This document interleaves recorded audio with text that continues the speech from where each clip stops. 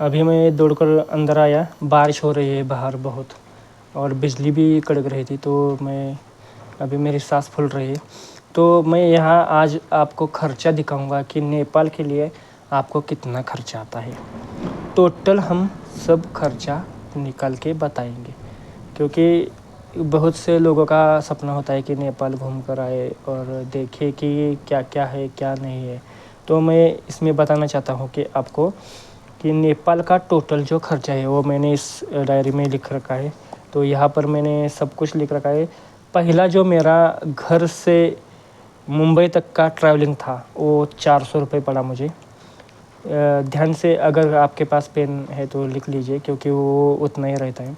और मुंबई से सीधा मुझे कन्फर्म ट्रेन, मैंने एक वेबसाइट से लिया था कन्फर्म माई ट्रेन, वो एक ऑप्शन था, वो दबा दिया मैंने। तो 700 का ट्रेन मुझे 950 980 में पड़ा था। तो 1000 पकड़ के लिए चल लीजिए, ट्रेन में भी थोड़ा बहुत खर्चा हो जाता है। और उसके बाद मेरा जो मैं रक्सौल पहुंचा तो मुझे जो करेंसी एक्सचेंज और बाकी का जो खर्चा था वो ट्रैवलिंग का, वो मिला के 200 रुपये खर्च हो गए इंडियन में 200 रुपये खर्च हो गए और इंडियन करेंसी में। और जो रक्सौल मतलब रक्सौल से बेरगंज जाते हैं वो 30 रुपये 20 रुपये लेते हैं बेरगंज तक का। 2 बार स्टॉप करना पड़ता है, एक बॉर्डर तक छोड़ता है, बॉर्डर से आगे जाकर मेरी पिछली वीडियो देखिए, बॉर्डर से आगे जाकर वो दूसरा वाला होता है, वो उधर अंदर बीरगंज में छोड़ जाता है। तो वो हो गया। उसके बाद बीरगंज से मुझे डायरेक्ट काठमांडू के लिए 530 वाला सुमो मिला। वो वहाँ से बस भी जाती है, लेकिन सुमो मुझे मिला जो डायरेक्ट कहाँ से था, काठमांडू से बीरगंज से काठमांडू तक। वो उसका खर्चा आया मुझे 530 रुपये INR में। नेपाली में 850 बोलते हैं, वो वही 530 हो जाता है। तो टोटल आने का, यहाँ तक रूम तक आने का खर्चा मेरा हुआ 2500, मतलब 2500 से 2600 रुपये पकड़ के चलिए। और जाने का भी उतना ही आएगा, मतलब 5000 खर्चा हो गया। और यहाँ पर मैंने जो रूम बुक किया वो मुझे पड़ा 1600 में। वो मैंने ऑनलाइन बुक किया था, घर से डायरेक्ट बुक किया था। जब मैंने ट्रेन बुक किया उसी वक्त मैंने रूम भी बुक किया और रिटर्न का टिकट भी बुक किया। अब यहाँ पर जो मेरा खर्चा हुआ है वो लगभग 2000 रुपये 7 दिन का मेरा खाने का भी खर्चा हुआ। अभी तक का खाने का खर्चा मेरा 1000 रुपये हुआ है।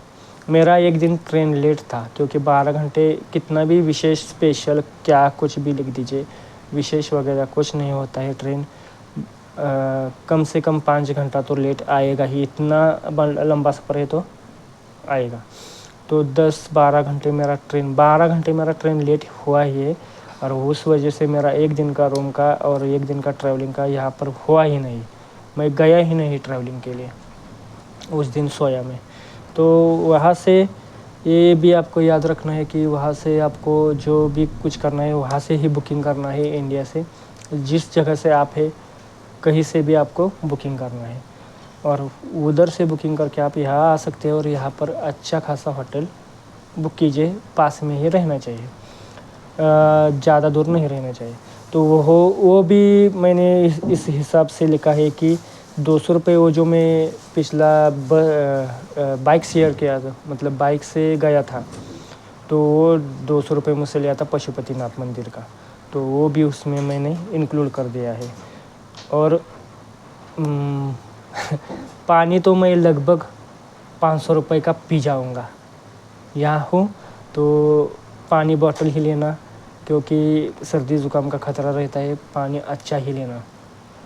अगर बीमार पड़ गए तो पूरा ट्रिप आपका ये फ्लॉप हो जाएगा। तो आप सोच समझ कर ही ट्रैवलिंग कीजिए। तो पानी का मैं 500 का पी जाऊँगा। अब तक तो मैं 200-250 का पी चुका हूँ ख़रीद कर। तो 500 का तो हो ही जाएगा।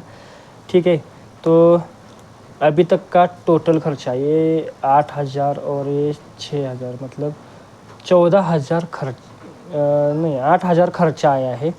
और जो मेरा अभी कंफर्म टिकट नहीं हुआ है, तो मुझे काठमांडू से सीधा मुंबई के लिए फ़्लाइट लेना पड़ेगा।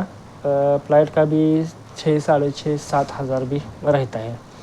तो 7 हज़ार में आप यहाँ से सीधा मुंबई जा सकते हैं, क्योंकि 4-5 दिन तो आप कंफर्म टिकट के लिए रुकेंगे तो आपका उतना ही खर्चा आएगा, लगभग 7-8 हज़ार। तो सीधा फ्लाइट पकड़ के यहाँ से भाग जाइए। यही तो मैं बता रहा हूँ कि आपको खर्चा बचाना है, बजट ट्रैवलिंग भी करना है और सब कुछ देखना भी है। तो मेरे हिसाब से चलिए, आपको अच्छा मुनाफा होगा, क्योंकि आपको सब देखना ही है तो देखेंगे भी। और यहाँ से अगर आपका कंफर्म टिकट है पहले से ही, तो आप अच्छा भला ट्रेन से जा सकते हैं। लेकिन अगर कंफर्म टिकट नहीं है तो बिल्कुल भी रिस्क मत लीजिए यहाँ रुकने का और देखने का कि क्या होता है। देखिए, यहाँ से सीधा आपको फ़्लाइट मिलेगा मुंबई के लिए, तो काठमांडू से मुंबई के लिए निकल पड़िए। वो 6-7 हज़ार का आपको फ़्लाइट मिलता है। यहाँ से सस्ता पड़ता है, क्योंकि ये हमारा नेबर कंट्री है, तो उतना हो ही जाता है। तो इस हिसाब से आप खर्चा लिख लीजिए। टोटल आपके पास 16,000 रुपये होने ही चाहिए, तब आप अच्छे से नेपाल घूम सकते हैं। कंफर्म टिकट नहीं होगा तो, कंफर्म टिकट है तो आप 14,000 में जा सकते हैं घर तक। तो याद रखिए, आपके पास कम से कम 15,000 रुपये नेपाल घूमने का चाहिए ही चाहिए, फिक्स है ये। क्योंकि इसमें कोई डाउट ही नहीं है कि मैंने खुद खर्चा निकाला कि मैं खाने पीने का, नाश्ते का भी इसमें लिखा हुआ है मैंने। तो आप बजट ट्रैवलिंग करना चाहते तो मेरे हिसाब से कम 15 से 16,000 रुपये आप जेब में डाल कर ही आइए यहाँ, क्योंकि यहाँ कोई भी आपको ठग सकता है। यहाँ सब पता है आपको। आप पिछली वीडियो देखी मेरी, वहाँ मैंने सब बता दिया है। क्योंकि इधर से ये 10 किलोमीटर का जो ये था, ये मुझे बस में जाता तो मैं 30-40 रुपये में पहुँच जाता, लेकिन मुझसे कितना लिया, 200 रुपये लिया। वो बाइक शेयरिंग का, मतलब बाइक जो है वो बाइक यहाँ लोग बहुत से चलाते हैं, तो ऐप से वो आप ले सकते हैं। लेकिन ऐसा नहीं करने का, बस से आप ट्रैवलिंग कर सकते हैं अच्छे से। अभी आज बारिश हो रही है, ऐसा भी हो सकता है। ये देखिए, अभी बारिश हो गई है और बारिश की वजह से आप घूम भी नहीं सकते, तो एक दिन आपका बर्बाद हो गया, क्योंकि आप जिस प्लेस में जाना चाहते थे वो प्लेस का कुछ मतलब ही नहीं रहा, और कहीं से भी ये इसका मतलब नहीं रहा। ये ट्रैवलिंग आपका आज का दिन ऐसे ही चला गया। तो ये भी ध्यान रखिए, क्योंकि आपको जो बजट ट्रैवलिंग में सब कुछ करना है, तो आप निश्चिंत होकर 15-16 हज़ार डाल के जेब में आइए और निश्चिंत ट्रैवल कीजिए। बारिश की वजह से 1-2 दिन मैं बारिश के मौसम में आया हूँ, इसलिए मेरा दिन ख़राब हो गया है। अगर अच्छा दिन रहता तो मैं ट्रैवलिंग ही करता। तो अभी ये वीडियो देखते रहिए, आगे भी आपको इन्फॉर्मेशन मिलती रहेगी। सब्सक्राइब करके रखें। और अब हम जाएंगे ये दरबार हॉल किधर है, 2-3 दरबार हॉल है इधर, पाटन दरबार हॉल और